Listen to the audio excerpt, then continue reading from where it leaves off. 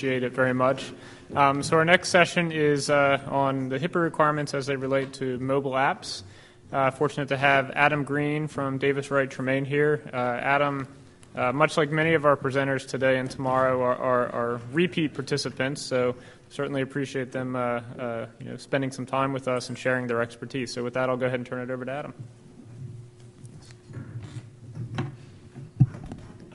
Thank you for having me back.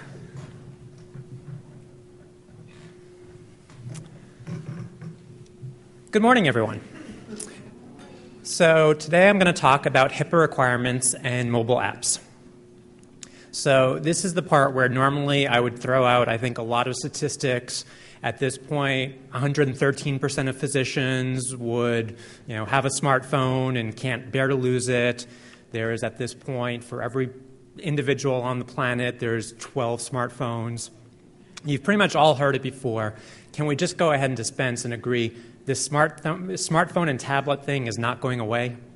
And this is not going to be like the Palm Pilot that sits in the closet somewhere. It's probably going to stick around for a little bit. So we can all agree smartphones and tablets are the greatest things since sliced bread, unless you're in the health information security field, in which case this is probably how you see the smartphone. A little scary monster walking around with people, easily lost, stolen, or discarded with PHI all over it. A camera for improperly recording PHI and putting it on Facebook or elsewhere. No physical keyboards, so that nice little password policy that says all these different characters. You'll get a mutiny on your hands if they actually have to do that on a soft keyboard. And as I mentioned earlier, easy access for Facebook, everyone's best friend in privacy and security. So that's kind of what information security professionals see when they see the smartphone or tablet. And this is usually their first response, kind of a Ten Commandments approach of reaction. Thou shalt disable thy smartphone camera because we had an incident and let's stop that right in its tracks. Thou shalt not text because that's not a secure approach, so stop doing it, everyone. Thou shalt not place PHI on thy smartphone or on thy tablet. Let's get it completely off there. It's not secure. So that's usually the first response. And this is usually the staff's response.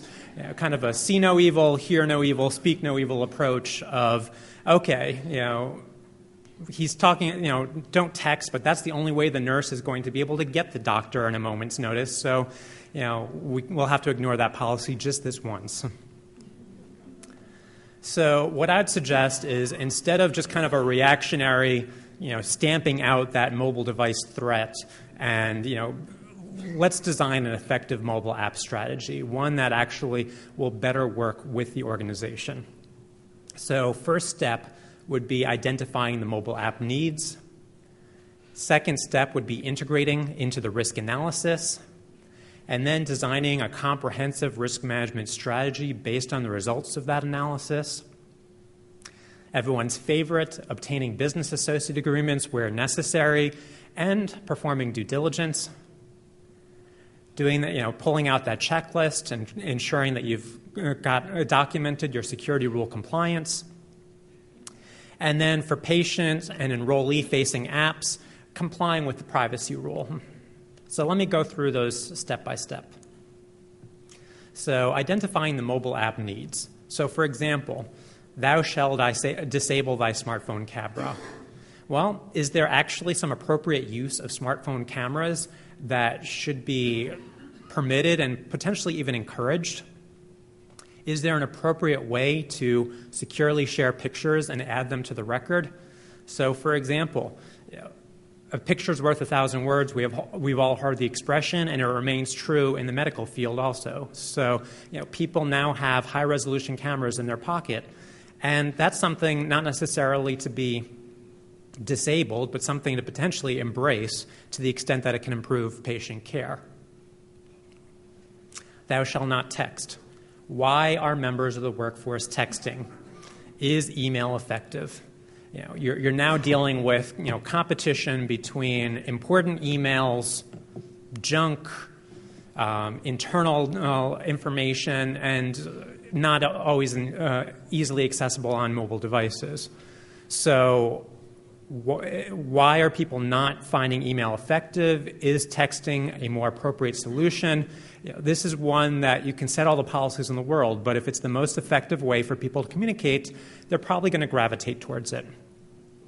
So think about, is there an alternative to texting that gets some of the same benefits of texting, but in a more secure manner? Thou shalt not place PHI in thy smartphone or tablet. So why is PHI ending up on smartphones? There's the ideal of maybe only having a window into centralized systems, but you still run into issues of, well, I was traveling and needed to have the information local or things like that. So look at how it's ending up on the devices. Is remote access, for example, sufficient? Is there a need to create sort of a secure vault on the mobile device to properly maintain protected health information on that device? So let's not forget patient engagement. The other ones were really kind of driven by security issues that we're facing, but patient engagement is a huge potential benefit of the mobile platform. So it can be to provide improved access to the electronic health record, and certainly as we approach meaningful use stage 2, and people will be dinged if patients are not actually downloading, viewing, transmitting the information from the EHR, it's going to be more and more important to get to the patients where they're at, which more likely is their mobile device in many cases than sitting at a computer screen. Ability to accept patient health information. So I've included one example here, the iBlue button, which is an app that allows Blue Button data to be downloaded from any of the Blue Button sites, Medicare, the VA, et cetera, and then can be securely shared with a physician through kind of a local secure connection. So whether it be an app like that or there's a number of other apps looking at bringing information from the patient to from potential mobile apps of the patient to the healthcare provider, are you going to embrace that or are you going to ignore them? Improve treatment communications and adherence. I've heard a lot of talk about the potential for mobile devices to be a huge benefit for adherence programs. This is something that people read texts much more sometimes than emails. This can be a very effective tool to consider. And things like appointment reminders. Think about the difference between sending a postcard in the mail or sending something that with one click can go into someone's mobile device calendar and remind them as the appointment approaches. It can be a very powerful tool if used appropriately with respect to privacy and security. So once you've identified the different needs in the mobile area, and I'll just say, base it on your actual needs, not necessarily who has the thickest carpet at the HIMSS Convention Center floor, who has the highest booth. You're constantly, I know, in the security field bombarded with all these great things, and it's easy to get kind of lost and look at the newest, most exciting technology, and instead focus on where are your security problems, where are opportunities to really improve patient care using mobile apps. So think about things like mobile diagnostic tools, using the mobile device to help actually diagnose the individual through use of the camera. There's more and more, as high-resolution cameras become taken for granted, there's apps that can do incredible things in this area. Now, the FDA issue is a whole separate story, and we won't get into that today. Secure access to email. How can you how can you provide, of course, secure access to email in a way that that you don't have to worry about it? Mobile EHR portal, as we talked, secure texting solutions that can automatically auto-destruct, for example, text messages when they're no longer needed, that are not putting them through intermediaries, but are directly sending from one mobile device to another. Secure containers so that you can have people store information on the mobile device in a way that you feel good about, that's going to be hopefully safe from malware and other things that may be on the device. Secure access to things like Blue Button data. Just imagine brand new patient comes in, you're able to, from their mobile device, access their entire Medicare and VA claims history. It's a very powerful tool to consider, whereas I think a lot of clinicians are still in the mindset of we create the information and patient information is a bit suspect. But now you're talking about information that is generated by the health plan that may not even be available necessarily through direct exchange yet, but may be available through mobile applications. Remote wipe and antivirus, kind of the old standby for securing mobile devices. So next step, once you've actually identified what you want to do with respect to mobile apps, is including the mobile apps in your risk analysis. So the shorthand here that you could potentially think about is CRMT. So what apps create PHI, such as diagnostic apps? What apps receive PHI, such as EHR portal, emails, iBlue button, things of that nature? What apps maintain PHI, such as email, secure containers? What apps transmit PHI, such as secure texting? And try to address kind of the entire life cycle of PHI as it's going through these mobile devices through what could potentially be dozens of mobile apps on a given device. So you run into this little game of HIPAA hot potato that can be a real challenge.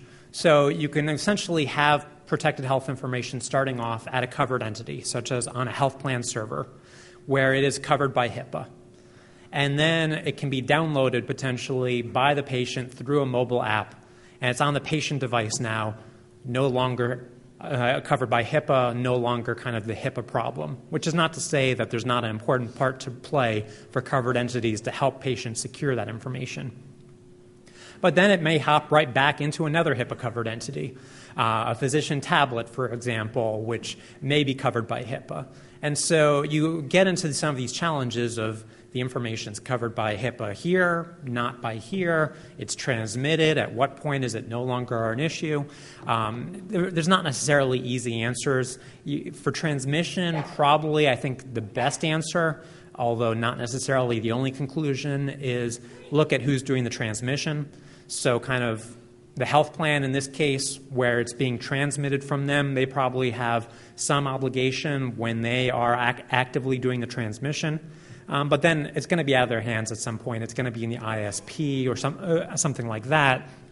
But they should have appropriate safeguards, such as encryption, to make sure during that transmission event it is safeguarded. Now, on the patient device, the mobile app may not necessarily do a great job of securing it in transmission, which is not a good thing, but not necessarily covered by HIPAA. I would argue that the covered entity who receives unsecure communications from patient, that's not the HIPAA problem of the covered entity. So it can be a bit fuzzy sometimes in this chain of events where HIPAA does and does not apply. So including the mobile apps in the risk analysis, identify the threats and vulnerabilities. Risk analyses, I think, are very often misunderstood as evaluations of controls. And sometimes you'll have, I have this great risk analysis that shows we're ISO compliant. Well, that's great, but it's not necessarily a risk analysis. So the risk analysis should identify the threats and vulnerabilities. So, for example, what if the mobile device is lost, stolen, or replaced? And maybe we should actually replace that text to when the mobile device will be lost, stolen, or replaced, because it is inevitable. This is not just a high risk, it's almost an inevitability that at some point someone's mobile device is going to fall under one of these categories. What if the mobile device is shared? You have an appointment reminder, but the smartphone is passed around within the family pretty regularly. Consider things like that. Can malware on the device lead to unauthorized access? Obviously, it's not just your mobile app that's on that device. Smartphones are becoming fertile grounds for malware, and think about how that's going to potentially interact with whatever mobile apps you may have on the device. Can the transmission be intercepted by an unauthorized third party? So is it encrypted in transit? Is PHI on the device reasonably available? So we've talked about the confidentiality. Don't forget integrity and availability, such as, do you have mission-critical information on a smartphone that is not backed up? Obviously, huge risk there. So identify your current security controls. So the mobile apps likely hopefully have some security controls in place, and so certainly take that into account when you're doing your risk analysis. So does it actually encrypt in transit? Is it encrypted while it's maintained on the device? What authentication is available through either the app or through the device more generally? Is information backed up when necessary? Is it backed up through the mobile device, through the mobile app, I should say, onto a cloud of some sort? Is it backed up through the mobile device through some other mechanism that's independent of the app? Can PHI be remotely wiped? So obviously, if you have the ability to immediately remotely wipe it, and you've got really good measures in place to ensure that information is not accessible before the wipe, then that could be a very powerful security control to take into account in this risk analysis. So once you've identified the threats and the vulnerabilities and the security controls in place, look at the likelihood and the impact and calculate the aggregate risk. So for a given mobile app, what is the likelihood of a threat being exploited, of a threat exploiting a vulnerability? And then what is the impact? I mean, you can have very high likelihood, but maybe it's an appointment reminder that has very limited information on it such that the impact would be pretty small. So if the appointment reminder is see the primary care physician without any more information, that may be a very low impact. Whereas if the mobile app is appointment to go visit the oncologist, that might be a much higher impact. So give consideration to both the likelihood and the impact, and then calculate your aggregate risk. So then you're into the next step of the strategy, which is implementing a risk management strategy. So what risks, after all this, are medium or high and are at an inappropriate level? And then how are you going to get those down to a reasonable and appropriate level? So this could be through policies. We think good policies in place can help lower the likelihood of some of the risk, but keeping in mind people do violate policies. Policies are never going to be an absolute, but they certainly can have an impact on the likelihood. Training, I would say if you have a policy but have never trained anyone on it, it may not have much of an impact on the likelihood of the event. So, of course, couple it with appropriate training levels and consider additional technical controls, such as locking down the device or adding the remote wipe features. So you can have a mobile app that leaves a lot to be desired, but through a more general app, such as a remote wiping feature, you may be able to mitigate some of those risks. So next, think about whether you need a business associate agreement. So does the app developer create, receive, maintain, or transmit PHI on the covered entity's behalf? So is it just you're downloading software and it's going directly from one device to another, and the developer has no access to that information? If so, a business associate agreement may not be required. Think about, though, whether they actually ever have to service the app, and if so, if they ever would have potential access to PHI in the course of servicing the app. Now, alternatively, it may be that the information is actually hosted on a server maintained by the app developer, in which case a business associate agreement may be required. So we do have some ambiguity in this area. For those of you who thought that, come the final rule, there would no longer be any questions in HIPAA, I'm sorry that you're disappointed, but you probably had some unrealistic expectations to begin with there. One of the big areas of ambiguity we're dealing with right now is if PHI is encrypted but maintained by a third party, and that third party does not have the key, is that third party considered to be a business associate? We heard initial statements informally from OCR suggesting that no, they would not. And then more recently, we've heard statements saying that maybe they're leaning, but it remains under consideration. Until you see something in writing, you probably can't rely on anything right now. So take that into account. But certainly, if the mobile app developer encrypts and does not have a key, be on the lookout. There's certainly ambiguity in that area, and there may or may not be guidance in the future on that. And then all together now, HIPAA is a floor, not a ceiling. So getting a business associate agreement is not the end of all your concerns. Think about due diligence. Do I have someone who signed a business associate agreement, but they're just running this off a computer in their basement?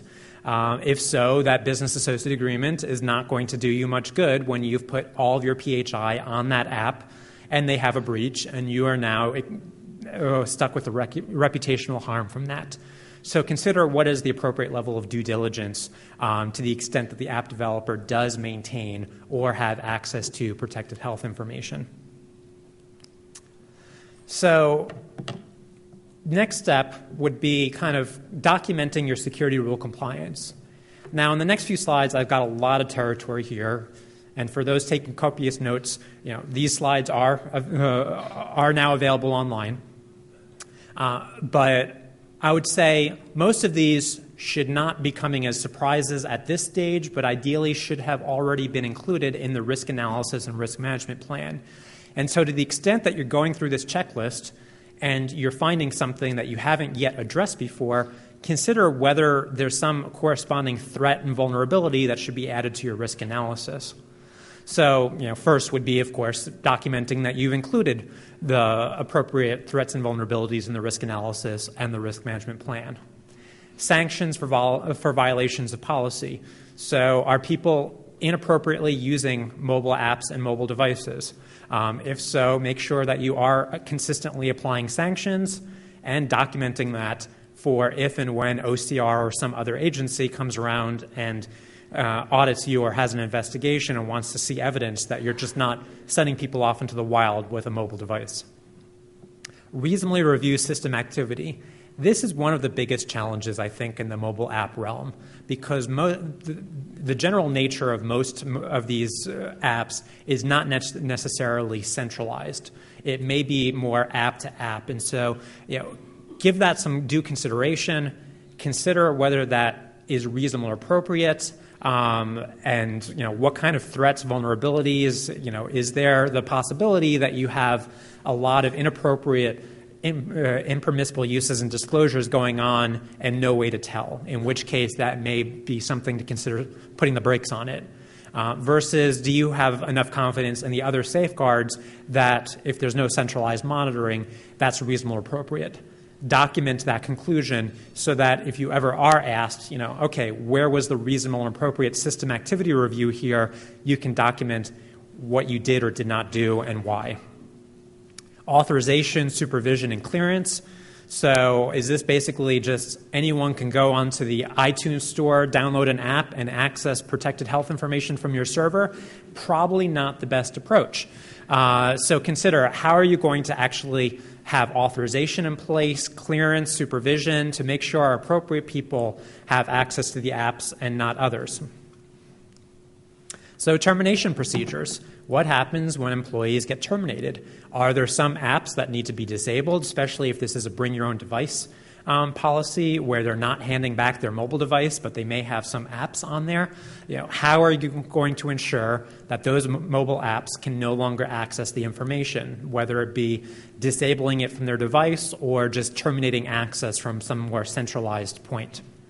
So include mobile apps in security awareness and training. What you can and cannot do with your cell phone camera, texting, this is the way to do it, this is the way not to do it, things like that. Address potential malware on the mobile device. Give consideration for every mobile app, how susceptible is it to kind of foreign invasion, if you will, to being compromised by malware on the mobile device.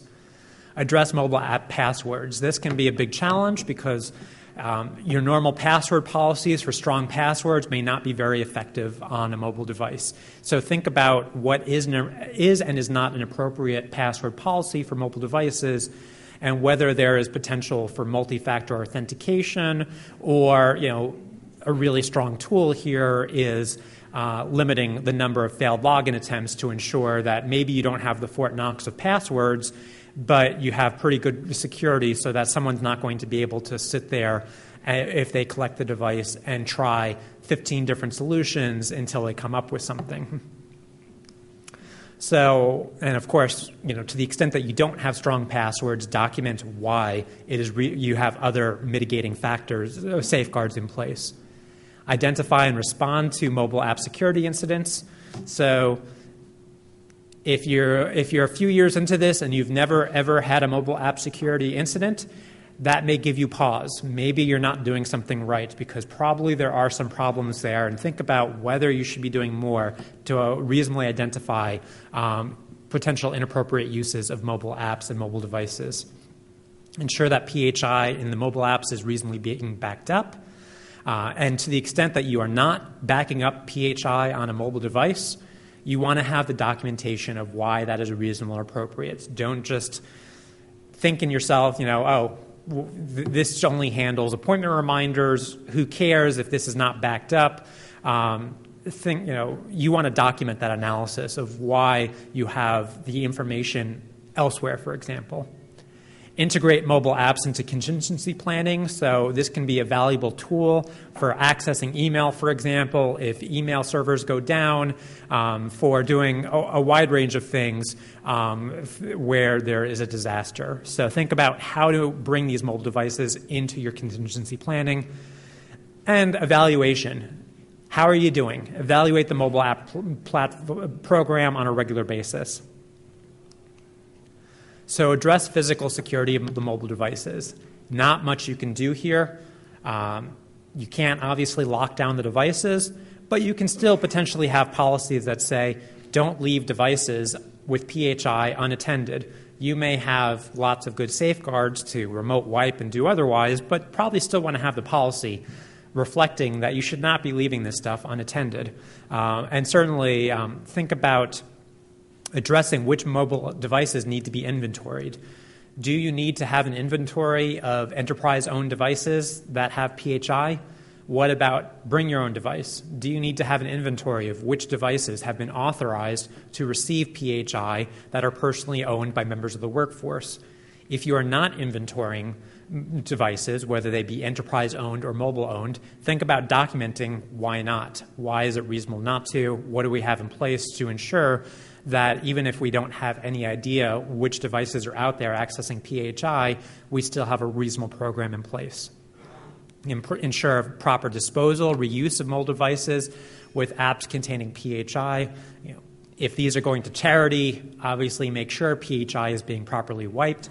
If these are just going into someone's bottom drawer somewhere with the 5 other cell phones, make sure that the information is being reasonably wiped before they upgrade. So address automatic log off of mobile apps. So that could be on the app. That could be app specific. That you will automatically get logged out of the mobile app after a given time, or you can think about device specific, where you ensure that the device is automatically logged off. Give due consideration to the fact that people can change their settings. So think about, okay, we've gone and told everyone, we've checked that everything has an automatic log off. What's the risk that someone will disable that because they find it an inconvenience? Address encryption of data maintained by the app or the device. So do you have a secure container? If not, is the information encrypted elsewhere? And keep in mind, you can have 12 apps, some of which do a really good job of encrypting the information, others don't. So this is not an all or nothing proposition unless you encrypt the entire device, which can be a valuable tool, but make sure that it can't be disabled, for example, by the user. So address encryption of data transmitted and document the basis. For example, if you have a mobile app with a patient that is sending text messages of appointment reminders, that may be, or medication adherence, that may be reasonable or appropriate.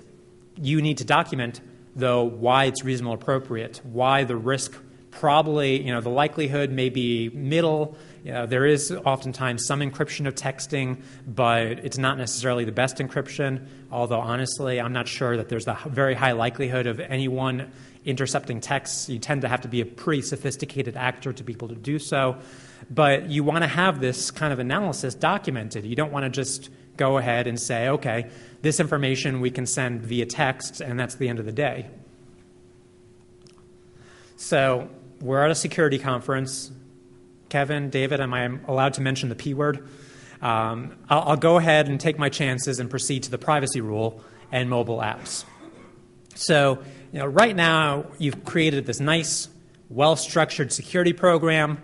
You've got everything kind of in place. This is what we're going to allow. This is what we're not going to allow.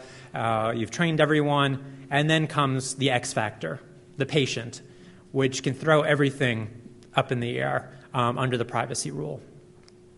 So patients have a right of access to information.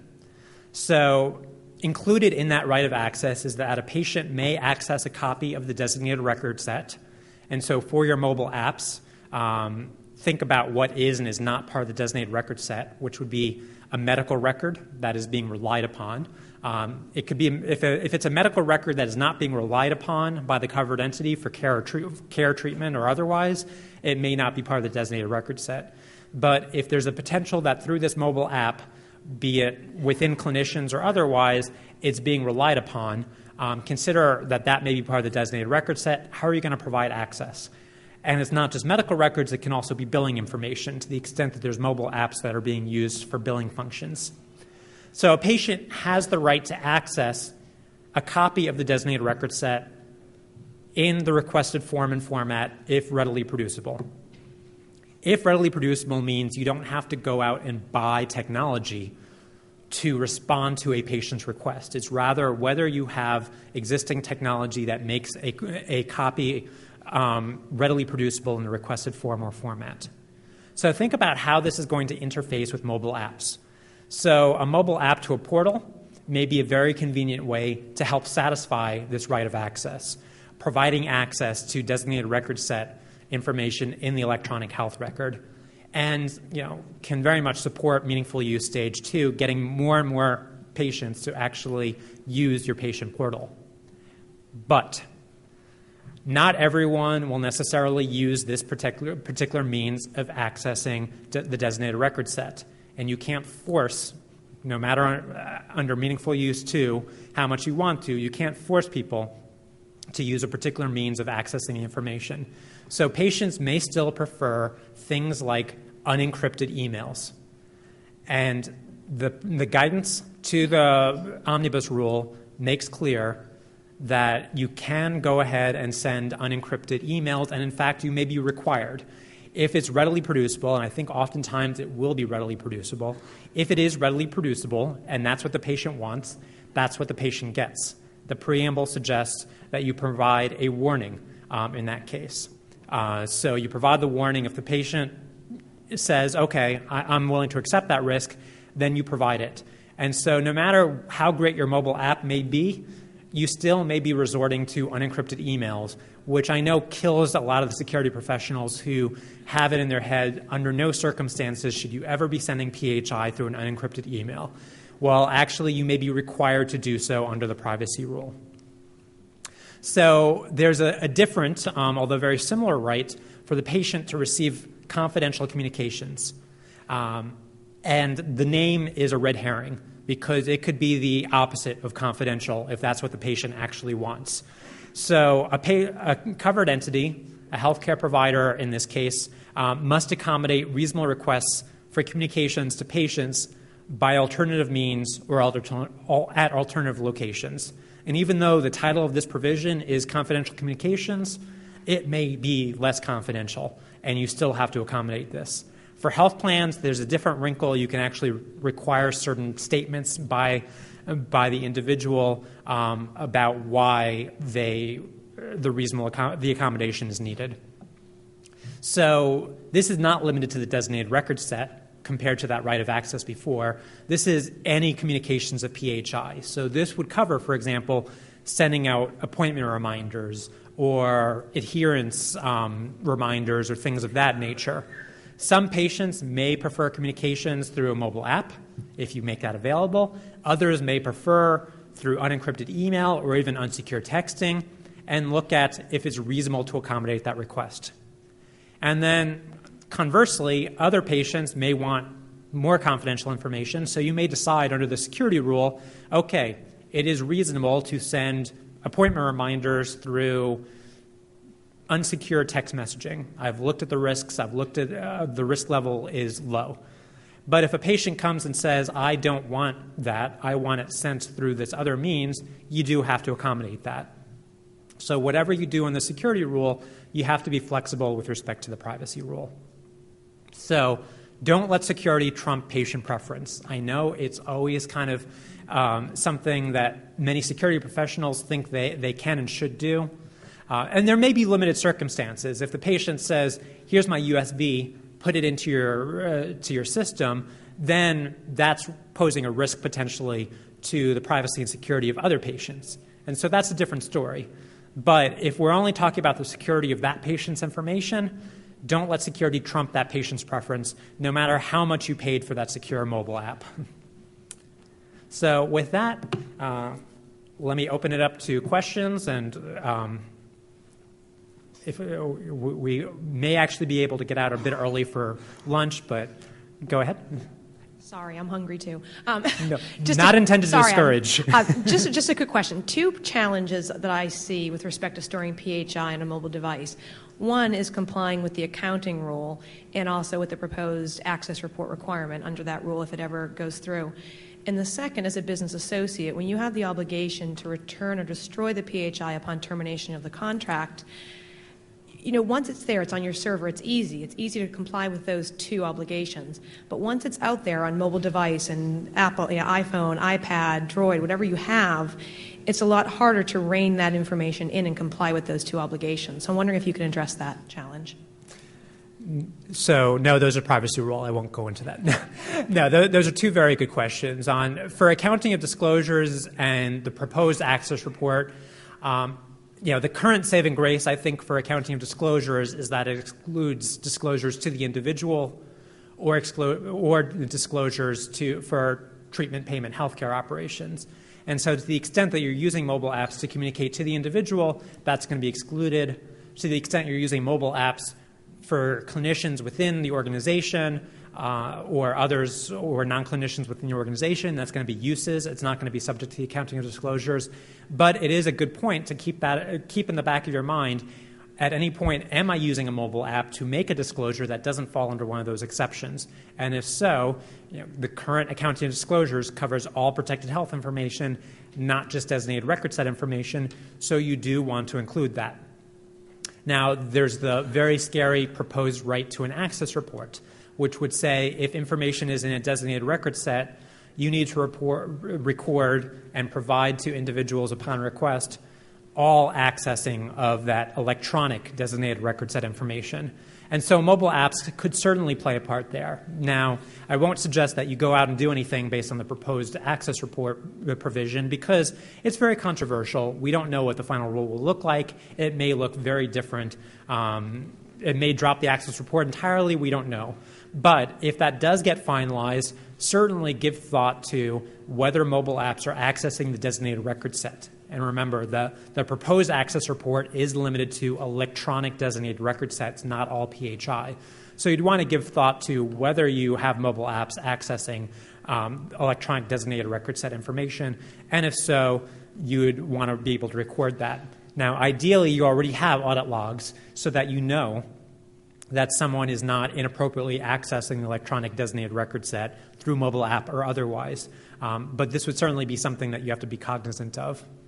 And with respect to the business associate provision, it's a very good question. So the privacy rule requires that a business associate agreement require the business associate to return or destroy all PHI at the termination of the agreement if feasible, and if not feasible, to protect the information under the agreement. So give some thought to, do business associates have mobile app devices? Does a business associate Is it storing information on members of the workforce's device? And if so, what mechanisms are you going to put in place so that you know PHI is on this workforce member's device, and that I forgot does not make it infeasible to return or destroy. So you want to have the systems in place to be able to, when that star customer suddenly says, I'm done, give me back all my PHI or destroy it, know which mobile devices have that information through various mobile apps and appropriately destroy the information, wipe it out. Yes, sir. Adam, a question for you. When you're talking about encryption on a mobile device, a tablet or a phone, those are full disk encryption or whole disk encryption, depending on your terminology, encryption schemes, which only protect the data when the device is turned off. When it's on, a user can send unencrypted data, or malware can exfiltrate unencrypted data. How do you handle that in the risk analysis? How do you characterize what you're doing for when the device is actually operating? Well, it's a very good question, and I think you need to identify exactly those types of threats. I mean, you need to document, the person's got a BlackBerry, the BlackBerry has full disk encryption, so we don't have to worry about anything, is not going to necessarily cut it. You need to identify in the risk analysis exactly threats like, there's going to be times when the entire device is not encrypted. And do we need encryption at the app level to ensure the protection of that the information at the app level? And is that going to necessarily protect the app when the app is in use?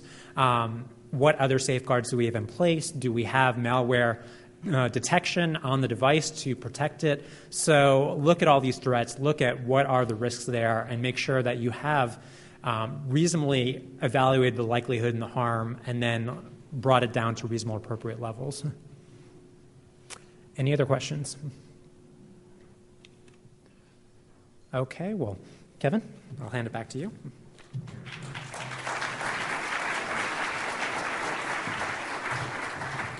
So, thank you, Adam. So before we break for lunch, we continue to experience, this is more for the webcast folks, some internet connectivity challenges for the facility, and that's impacting our webcast stability, kind of going in and out. So during the lunch break, the folks here at the facility are going to be making some changes, and hopefully that will address the spotty connectivity. So with that, we're going to go ahead and break for lunch. Lunch is right out where you entered.